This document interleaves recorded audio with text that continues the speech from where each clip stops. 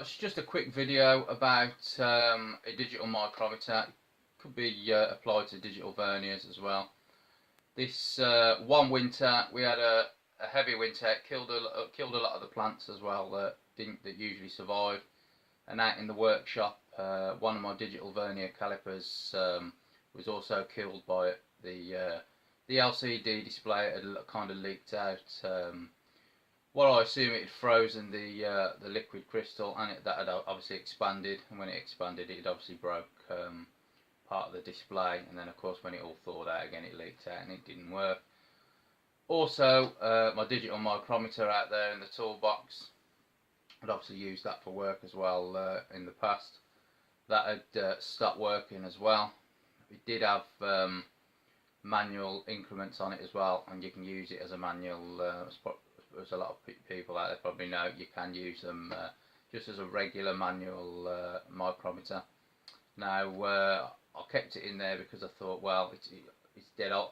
Well, I'll keep it just in case I need to use it for a manual micrometer in and around the shed. I'm modelling things like that, the aircraft and that, making any parts and bits like that to replace for the models. But I was actually going to throw. I've got it out. I was going to throw it away, and I thought, well, I might need to use it for work in the coming months. So it was a really good micrometer when I was using it in work. Obviously, this wasn't one of my particular Mitutoyo ones or anything like that, but it was very, very accurate for what I paid for it. In fact, a lot of the tool room guys had a look at it, checked it out with all the slip gauges and things on all the the blocks of gauges, the expensive gauges, and it was all checked out against their higher price ones, and they wanted me to go and get them one exactly the same. So I thought, well, it'd be a shame. I'll take another look at it. Maybe something there was a crack on some of the soldering or something inside on the actual circuitry itself. That's something that I could repair, so I'll take a look at it. And what I did do is I took a look at the electrodes and cleaned the electrodes up, which turned out to be the problem. And I've got the battery in there again, so the battery probably leaked. That was probably the end of that, but I'll show you how to go about the best way of cleaning up the electrodes. And if your digital micrometer or vernier, because the electrodes are pretty much the same thing, does stop working, this could be the cause of your problem. And but basically, in my case, I think the electrodes can dull, obviously, if you leave them out in a damp, four seasons environment like we get here in the UK. You have autumn, winter, spring, which is from wet to cold to freezing cold out there, and you get a lot of condensation as well, build up. So things that are metallic, like obviously the contacts, the electrodes in there, can dull, get like a film on them, maybe even have a bit of rust speckling on there. These didn't have any rust on them, but it did look dulled. It also had like a bluey or greeny hue to it, so it's like the battery probably leaked. Again, that's probably due to atmosphere in there. It's probably corroded part of the battery or something in the battery. I did leak out a little bit on there. So just show you how to clean up your micrometers and things like that. Now, I will say this new Samsung video that I'm using, it does seem to only pick up one stereo channel for the minute, which seems to be, I think, the left hand side. If it keeps doing it, I'll have to send it back for a replacement unit. But for the minute, there's nothing I can do about that, but apologise about that. But you should still be able to hear what I'm saying and things like that on the video. So take a look at that. Okay, now this is just a little quickie info wise here. Now this one of my digital micrometers, I kept it around. Obviously it's got the manual increments on it as well, so if the battery ever does run out, obviously that's just in millimeters. You can use it as a 0 to 25 millimeter manual micrometer, like a lot of them, if your battery runs out, which is good in emergencies, even though you should keep some batteries in there anyway in your box, 2 extra spare batteries, at least one. Now this, for the past couple of years, this hasn't worked. I've put new batteries in it and the thing hasn't worked, so I was just going to, out of curiosity, see if we could open the thing up and see if there was anything wrong internally, like maybe I knocked it in a wire or something, or some soldering or something has cracked inside, and that I might be able to fix it that way. However, if it'd be the same with Vernier electric or digital Vernier calipers as well, because they take the same type of button cell batteries. Now if you remove your cap, sometimes you do it with a coin or a screwdriver, just in the slot there, it'll just unscrew out. You'll be greeted with your inside of your battery compartment. Now what I suggest you do is clean these electrodes here. Obviously you see the one on the bottom there, that's obviously for the this part of the top part of the button cell to connect to, and you've got this one here against the side, just in there. What that one actually does is touch the side of the or the outer edge that runs all around the diameter of the button cell there. That touches against that electrode there, and that's obviously how you get your contacts. Now, I did notice there was like a little bit of greening on there. It might be a little bit of like most tools that get stored, you know, in a cold environment. A little bit of build up on the actual electrodes themselves. Also the battery that gets left in there might be a little bit of leakage or something like that from the battery. You can see like a kind of a greenish hue on the actual main ring there as it runs around a little bit left. What I actually did was thought, oh well, perhaps the connection isn't, that's all it is that the connection isn't as good as it was previously, and the power from the battery just isn't getting to the unit. So you clean these electrodes up. So what I did do is we get something like a precision screwdriver, something with a flat sharp head but relatively small, so we can get to those electrodes, and we just lightly scrape the surface. So we just lightly scratch the surface to make sure we can remove any grime or build up on those electrodes. And we did the same for this electrode here at the side. We just scratched the surface loosely with the precision screwdriver. And then what we did, I suggest you clean the electrodes now with some alcohol, something like some nail polish remover. So you might feel a little bit stupid going and buying some nail polish remover, but you're not Lily Savage. You're cleaning your equipment, so I won't worry about it too much. And some cotton buds as well would be ideal. Obviously, you coat the end of your you coat the end of your cotton bud after you've scratched the surface of your electrodes, and then you just go over the electrodes nicely like that. And obviously the one on the side is exactly the same. And then turn your dry end of your cotton bud, and then obviously give it a wipe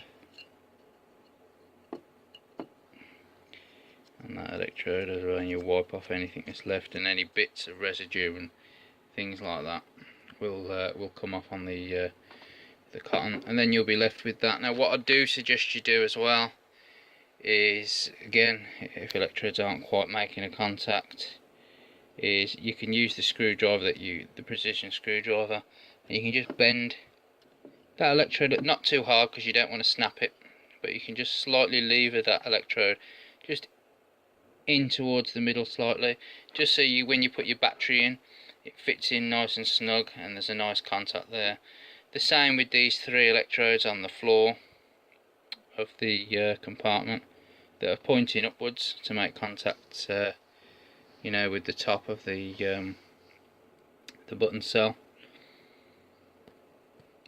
You can just bend them up, out slightly, the direction that they're facing, but a little bit more again, so you make more contact with the battery itself. And when it comes to putting the cap back on, you can put some have like a little spring anyway, some don't. You can put some you put some kind of similar to a bit of packing just inside the base of your cap, just to give you a bit more pressure push down when you tighten it up and screw it back on. Something like a little bit of folded A4 paper or A5 paper, or even if you've got a little bit of cotton wool in there as well, that might do it. You know, just, or a folded up little piece of card off the cereal packet, anything to just like a slight amount of you know, extra height on there, so when you screw that down, it just puts it you know, puts more pressure down and puts the contact onto the button cell. Obviously once that's all been done, you can put your battery in. There we go. Put your battery in, and there we go, it does work. Obviously I know that I've already cleaned these and I've already put the battery in, so I do know that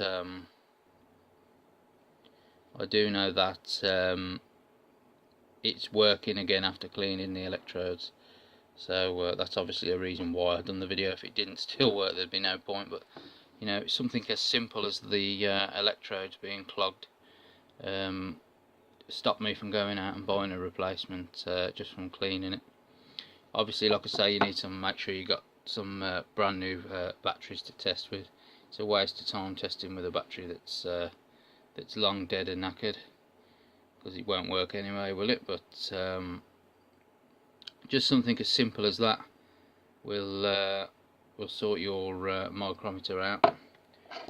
Now, where are we? Okay, so I got it working properly again. You can see there.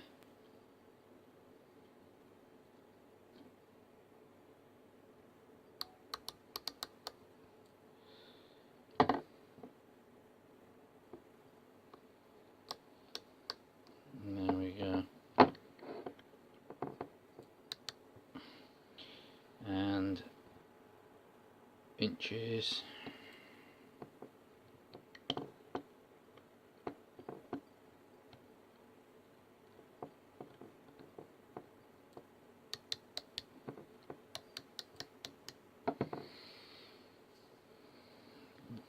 Some millimeters, inches, millimeters. So the decimal point shifting doesn't necessarily tell you it's going back to millimeters. It does tell you when it's in inches with the IN, but it does shift the decimal point across, so you can tell.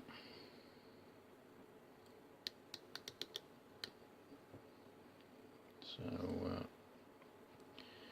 that's all well and good. We didn't use a lot of packing under the screw. This was just like like a post-it note, like them post-it notes without the sticky back on it, kind of like you get in the square, and you take one off to write stuff down. You just folded it over and over and over again, and then you know, we just cut it in half, and then we cut it in half again to make a little quarter. It's just about that thick. I don't know if you can see that, if we can focus it. It's just about that thick, and we just stick that underneath the back. That helps keep the pressure on the battery. In fact, you could probably the smaller batteries here, you could probably run it off the smaller batteries if you put a bit more in.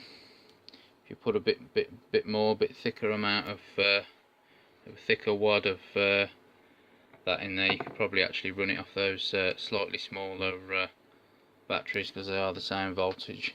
That's funnily enough. Probably even those other ones as well, with a little bit more still, but it's probably a little bit going a little bit too far. But these ones are not too much. They're not too much in difference in thickness, you know. Bit more packing in there. Same voltage, you'll probably get them to work as well, to be fair. Obviously those ones are better because they're thicker anyway, so you're not going to need that much. You're not going to need that much to worry about. But the same thing would work with a digital vernier as well, because they have got the same kind of. And I think they take the same size batteries as well, so the same kind of compartments on them. Even the ones with the you know, the slide off or the pop off cap inside the electrodes are still very similar. And I've no doubt, if you're going to have this problem with a micrometer, you know, stored in the same way, you're going to have the same problem with a digital vernier as well. You know, if not the battery leaking and putting a bit of residue on the electrodes and clogging them up, then a little bit of rust speckling or something from a bit of moisture from where you've stored it in your workshop on the vernier as well. So obviously that'll help you there. But obviously today we're doing it with a micrometer, because that was what was causing me the issue. But yeah, it saved me some money. I was honestly going to either just keep this as as a manual 0 to 25 for a bit of DIY work, or just throw it out and buy a new one. So that's actually saved me a fair bit of money, just cleaning the electrodes up. I honestly thought, I wondered if some of the soldering or something on the circuit board had maybe cracked and needed resoldering at the most. But pretty simple, straightforward cleaning job. A little bit of bending the electrodes and a little bit, just put a little bit of packing in at the under the battery, just to get a bit more pressure and a bit more contact, you know, on the electrodes for the battery itself. And you know, jobs are good in there.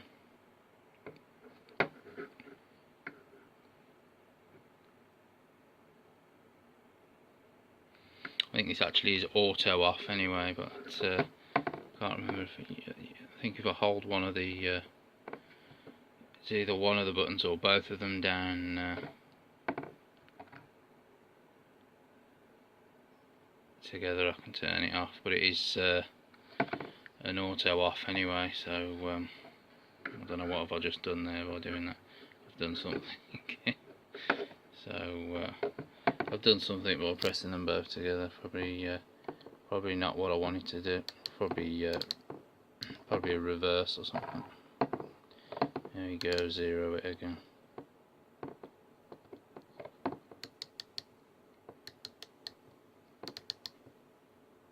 There we go.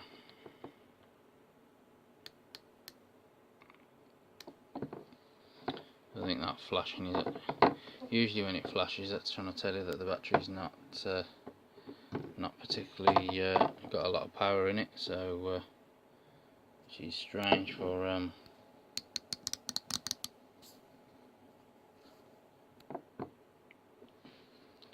just